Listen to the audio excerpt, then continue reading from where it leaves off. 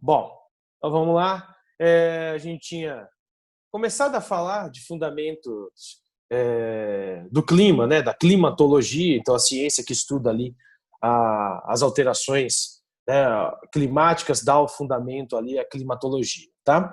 Então existe uma diferença grande, isso a gente fala há muito tempo, eu tô com vocês há muito tempo, lá no sexto ano eu falei de fundamentos da climatologia, então eu sempre disse para vocês que há uma diferença entre clima e tempo, né? Tempo é o momento que nós estamos agora, né? O tempo atmosférico. Por exemplo, hoje está sol e o céu está claro, né? Vamos supor que lá para meio-dia isso mude e o tempo feche e comece a chover. E lá para 5, 6 horas da tarde cai a temperatura e começa uma friaca danada. Isso quer dizer o quê? Que o tempo atmosférico ele foi alterando. Tá? Então, o tempo atmosférico ele muda com uma frequência muito maior, tá certo? Já o clima, não. O clima, para a gente poder definir ele, a gente tem que fazer uma análise que demora mais tempo, tá? Em média, demora ali, no mínimo 30 anos para você analisar o clima de uma região, de uma área. Então, o tempo atmosférico ele muda constantemente, né? Rapidamente, né? Então, num dia você pode ter vários ali, várias alterações, ampliações, né? Amplitudes térmicas, variações de temperaturas, tá? Então, esse tempo ele se varia muito mais rápido. Já o clima, não. O clima demora mais tempo para a gente poder analisar essa variação do clima. Beleza? Lembra que eu citei na segunda-feira para vocês o exemplo, por exemplo, do clima aqui do Mato Grosso do Sul, né? Aqui o nosso clima ele é bem definido porque nós temos duas estações bem definidas. Quais são essas duas estações bem definidas aqui do Mato Grosso do Sul? Nós temos um inverno, que está chegando agora, né? Mês que vem, é período de inverno aqui no Mato Grosso do Sul. Frio e seco. Esse seco significa que chove muito menos.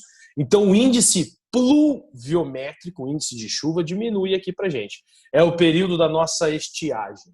Não é isso? E nós temos um verão que começa lá em dezembro para nós. A gente gosta muito do verão, né? Para ir para praia, né? Nem sabe se esse ano vai dar, mas vamos tentar ir. Né? Aí o nosso verão é diferente, porque o nosso verão ele é quente e úmido, então chove bastante. Então, por isso, duas estações bem definidas. Dá para a gente lembrar que aqui no Brasil, as nossas estações elas não são bem definidas, né? Com exceção do sul do país. O sul do país ele tem as estações bem definidas porque ele já está inserido ali numa região de clima temperado. Então, regiões do mundo onde o clima é temperado, as estações do ano elas são bem definidinhas. Então, você consegue perceber ali as características das 4 estações. Aqui na nossa região, por exemplo, a gente não percebe, não consegue perceber ali, né, bem definida, as características das 4 estações. Beleza? Tranquilo? Então tá, então vamos lá. Continuando aí, se a gente já tinha comentado um pouquinho na aula passada, né? Então os fatores, tá? Os fatores aí do clima, que contribuem para a formação dele. Latitude, então, onde os raios solares vão incidir ali no nosso planeta, né? Então tem a ver com os raios solares. Altitude tem a ver com a geomorfologia, que é uma ciência que a gente também já falou esse ano, que tem a ver ali com a formação dos relevos. Então a geomorfologia ela implica também na variação climática, tá? Ô, Bobô, tá acordado ainda? Bobô? Cadê o vovô? Vou colocar vocês para participar, mas vocês estão muito quietinhos na minha aula. O primeiro ano tá muito quietinho, o nono ano tá gritando, o primeiro ano tá falando nada. Ô, Bobô, sai do videogame, fala comigo aqui. Cadê o Bobô? O Bobô já saiu daqui? E aí, ó, tá vendo? Os cara entram e já saem, pô. Vamos lá, vou chamar outro aqui. Rezende! Esse é monstro, hein? Rezende, Fabrício Rezende. Oi, Fabrício. Brits. Opa! Achei que você também tinha me abandonado aqui, igual o Bobô. Não, tô Vamos aqui. lá. Vou fazer uma pergunta para você agora, valendo um Putz, aí eu vou ter que ponto. acertar, hein? Vai ter que aceitar. Ó, agora o Bobô quer voltar, agora eu não vou aceitar ele. Vamos lá. Me explica aí como que a altitude ela interfere no clima de uma região. Falei isso na aula Que passada já. tipo, Ah, se é tipo em cima de uma montanha, assim, é mais frio, o ar é mais rarefeito, aí tipo, se é mais perto ah, é mais assim, da frio. Vamos praia, é devagar. mais Você falou quentinho. é mais frio. Que mais? E o ar é mais rarefeito. O ar é mais rarefeito, mais pesado, né? Então, conforme a altitude aumenta, mais frio fica, né? O ar fica mais pesado. Muito bem, cara, tá vendo? Tá prestando atenção, ó. Assim que eu Viu, gosto, Brits? não é igual o Biller que fica inventando resposta aí, não. Tá? Massas de ar também. As massas de ar também influenciam no clima da região. Aqui no Brasil nós temos várias massas de ar que vocês já aprenderam, tiveram que decorar, né? Lá na pré-escola, tinha que saber todas as massas de ar, massa continental, tropical, massa tropical atlântica, massa polar atlântica. Vou precisar lembrar tudo isso? Não precisa decorar de novo, mas é importante que vocês saibam que a gente tem 5 tipos de massas que interferem diretamente no nosso clima aqui, tá? Da nossa região. E no mundo nós temos vários tipos de massas que interferem no clima, né, do planeta, tá? Por exemplo, mês que vem a gente já está sentindo, o inverno já está chegando aqui na nossa região, né? Vocês já perceberam aí que houve uma alteração no clima, ficou mais frio. Por quê? Começa agora a entrada de massas polares aqui na nossa região. E da onde que vem essa massa polar que entra aqui no Mato Grosso do Sul? Eu vou escolher mais um cara para me responder essa questão. Vamos lá. Bruno Donida. Bruno Donida, que tá aí, sai do FIFA, safado. Me responde Fala, aqui. Britão. Fala, irmão. Tá bem? O inverno da nossa região é influenciado por qual massa de ar? E aí, Brunão? Vamos lá. Responde aí. Bruno. Oi, o que é pra responder? O inverno aqui da nossa região é influenciado por qual massa de ar? E agora, hein? 5 Você me pegou, segundos. hein, Brito? Claro que não, facinha essa. Acabei de falar dela. O Brito, você não sei não, hein? Não sabe? Vou escolher outra aqui. Vou escolher participação feminina agora. Bruna! Bruninha! Qual massa de ar que influencia no nosso inverno aqui, na nossa região? Ai, professor, peraí, deixa eu pensar. Acho que é a massa polar atlântica? Olha, a que influencia aqui quase, tá? Que influencia aqui na nossa região é a massa polar, né? Antártida, né? Que ela vem da Antártida, tá? Então vem da região ali do Polo Sul e aí essa massa de ar fria é formada e ela migra com vento, né? E aí ela entra pelo sul e pelo sudeste do país também. Ela chega até com um pouquinho mais Ela vai chegar também lá no Nordeste, mas com menos força, tá? Então o frio aqui ocasionado na nossa região é da massa polar da Antártida, né? Formada ali no Polo Sul, e o vento caminha e traz essa massa de ar frio aqui para a nossa região, por isso que nós temos aí essa época do inverno. Tá? Então, a massa de ar também influencia no clima aqui da região. Tá? Tem várias, né? Tem várias, certo? E nós vamos falar delas também. Continentalidade e maritimidade, vocês também já ouviram falar desse termo. É uma troca de calor. Então, durante o dia, as áreas sólidas e líquidas absorvem ali os raios solares e depois à noite elas liberam esse fluxo de calor, tá? E aí tem uma área que vai liberar mais forte, tem área que mais rapidamente, tem área que vai liberar mais lentamente, tá?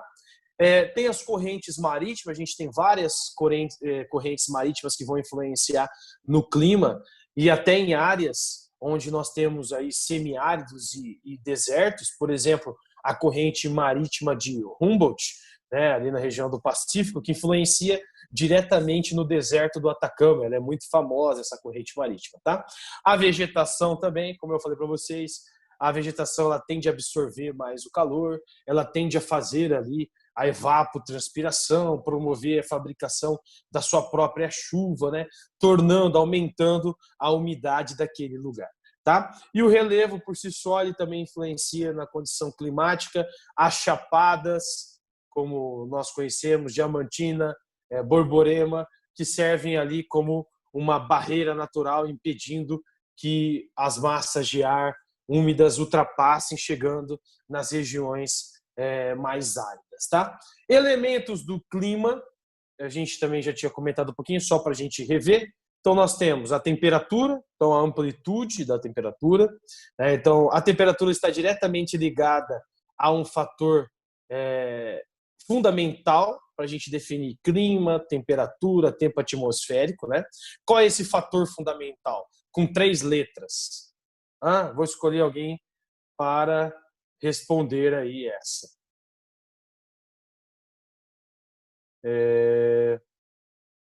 Cadê? Vou escolher aqui. A Lancine não entrou na aula? Aniversário da Lancine hoje, dá uns parabéns para ela. Schmidt! Gustavão Metano, sai do videogame, responde eu aqui. Eu, Brito? Nunca Isso. estive no videogame. Vamos lá. Qual que é o principal fator aí que interfere no clima? Com 3 letras. Olha que facinho. Pera, Brito, deixa eu pensar, cala. Com 3 letras só, hein? Que interfere diretamente na temperatura. Tô pensando. Sol!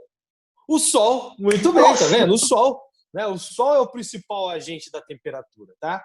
Então, a forma de incidência dos raios solares é que vai trazer para a gente ali a ideia da temperatura daquela área, tá? Então, se a incidência é muito forte, significa que ela tende a ser mais quente, temperaturas mais elevadas, né? Se os raios solares estão numa quantidade menor naquela área, significa que a temperatura tende a ser mais baixa, mais fria também, tá? A questão da umidade, que tem a ver ali com a aproximação daquela área, com vegetação, com rios e também com a quantidade de chuvas. Pressão atmosférica, que o Rezende lembrou muito bem, que tem a ver com o ar mais rarefeito, mais pesado, mais denso, difícil a respiração. A questão dos ventos, que é a movimentação do ar. Então, existe ventos aí no planeta todo e tem algumas formas que condicionam esses ventos. E a questão também das chuvas, né? A fabricação delas, a produção delas, que depende também do sol incidindo ali. Temperatura, a gente falou, então depende principalmente do sol, é o principal elemento, né? O sol, a Lancine vai entrar aí. Parabéns, Lancine! Tudo de bom na sua vida, tá? Hoje é seu dia, né? Que dia mais feliz. Depois nós vamos pôr uma música da Xuxa aqui no final da aula, em homenagem a Lancine. E o parabéns! Parabéns, tá, Lancine? E o parabéns. Tudo de bom. No final da aula nós vamos cantar o parabéns para a Lancine ao vivo aí, tá? Então a temperatura está ligada diretamente à quantidade ali, né? A frequência dos raios solares naquela região. A gente já tinha comentado isso aqui também. Esses raios solares refletindo no planeta, eles se acumulam também na nossa atmosfera, o que mantém ali o clima mais ameno, né? E propício à vida. Tem áreas que esse clima não é tão ameno assim, por isso que é mais difícil a ocupação dessas áreas, como a Sibéria, como o Polo Norte e até como o Polo Sul, que não é de ocupação, né? De estudo, mas também a ocupação ela fica complicada naquela área, tá? O albedo, eu falei na aula passada, né, com vocês, que tem a ver com a reflexão dos raios solares. Então eu falei das áreas, áreas onde você tem ali pouca frequência do verde, ou seja, de florestas, essa absorção ela ocorre numa menor quantidade, né? Então não tem ali tanta absorção dos raios solares, tá? Eu também não tem ali uma grande absorção também do calor. Então a área verde ela precisa disso. Tá? Então o albedo a gente tinha comentado na aula passada. Falando aqui um pouquinho mais dos elementos do clima aí, a umidade, que tem a ver ali com a questão da água na atmosfera, né? Não a água no solo, mas na atmosfera. tá? Nós estamos chegando numa época do ano em que a umidade ela cai bastante. Ela cai até em algumas regiões aqui do Brasil, por exemplo, Goiás, o próprio Mato Grosso do Sul, a níveis de umidade de desertos aí espalhados no mundo, tá? Por que isso? O calor incide ali de tanta forma, fica mais seco, período de estiagem, chove muito pouco na região aqui do centro-oeste, por isso que a umidade ela tende a diminuir na nossa área. Tá? Deixa eu aceitar aqui mais um cara aí, ó. Os caras estão entrando agora, ó. 20 minutos depois de aula, os caras estão entrando aí. Fala, Pedrão, acordou agora, safado? Tá? Então, essa umidade aí tem a ver ali com a quantidade de chuva dessa região, certo? Então, eu comentei com vocês, o período que nós temos agora, do meio do ano, é período de frio, né, de inverno. Então, a tendência nesse período de estiagem é diminuir bastante a umidade. Então, fica mais difícil ali a gente respirar, o nariz começa a sangrar nesse período, tá? Então, tem algumas complicações também, algumas doenças respiratórias aparecem nesse período aqui na nossa região, devido à diminuição ali da quantidade de chuvas nessa área. Deixa eu só... valor absoluto é a quantidade, né, de chuva, e o relativo ali é a quantidade de umidade ali na atmosfera, tá? A pressão atmosférica, o Rezende já tinha explicado essa parte pra gente, né? Então essa pressão atmosférica ali, ela tem a ver com o peso do ar, por isso que falar o ar está mais pesado, né? O ar está mais pesado, tá? Tem a ver ali, então, como se o ar tivesse sobre a cabeça da gente ali, fazendo a força mesmo. Então, por isso, em áreas mais altas do relevo, áreas que estão acima do nível do mar, fica mais difícil a prática ali, a nossa respiração, prática esportiva fica muito mais difícil também.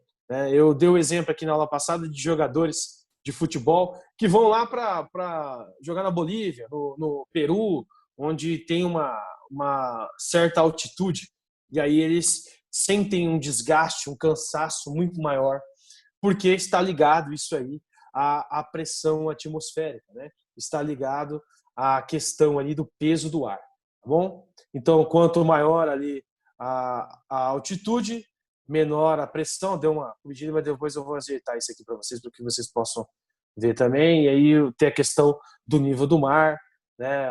Acima do nível do mar, tem áreas que estão a 3 metros acima do nível do mar, então fica mais difícil você conseguir respirar nessas áreas. Eu tinha mostrado esse exemplo aqui para vocês também, né? Então, ponto A, ó. Então, aqui a pressão atmosférica ela é menor, né? E do ponto B, essa pressão atmosférica ela é muito maior, porque está mais próximo ali da troposfera. Quanto mais próximo da troposfera, maior será a pressão atmosférica sobre essa pessoa e sobre essa prática ali, né, esportiva no caso, então uma pessoinha ali correndo. Tá? Aqui é a questão da latitude, então onde os raios solares estão incidindo ali, né, sobre os paralelos, né, as linhas que cortam o globo. Então a gente já viu isso aí na cartografia no começo do ano, e eu tinha dito para vocês que esses raios solares eles estão incidindo diretamente nessas latitudes. Isso aqui também vai depender ali do período das estações do ano, né? Então tem a ver também com o processo de translação da Terra, tá?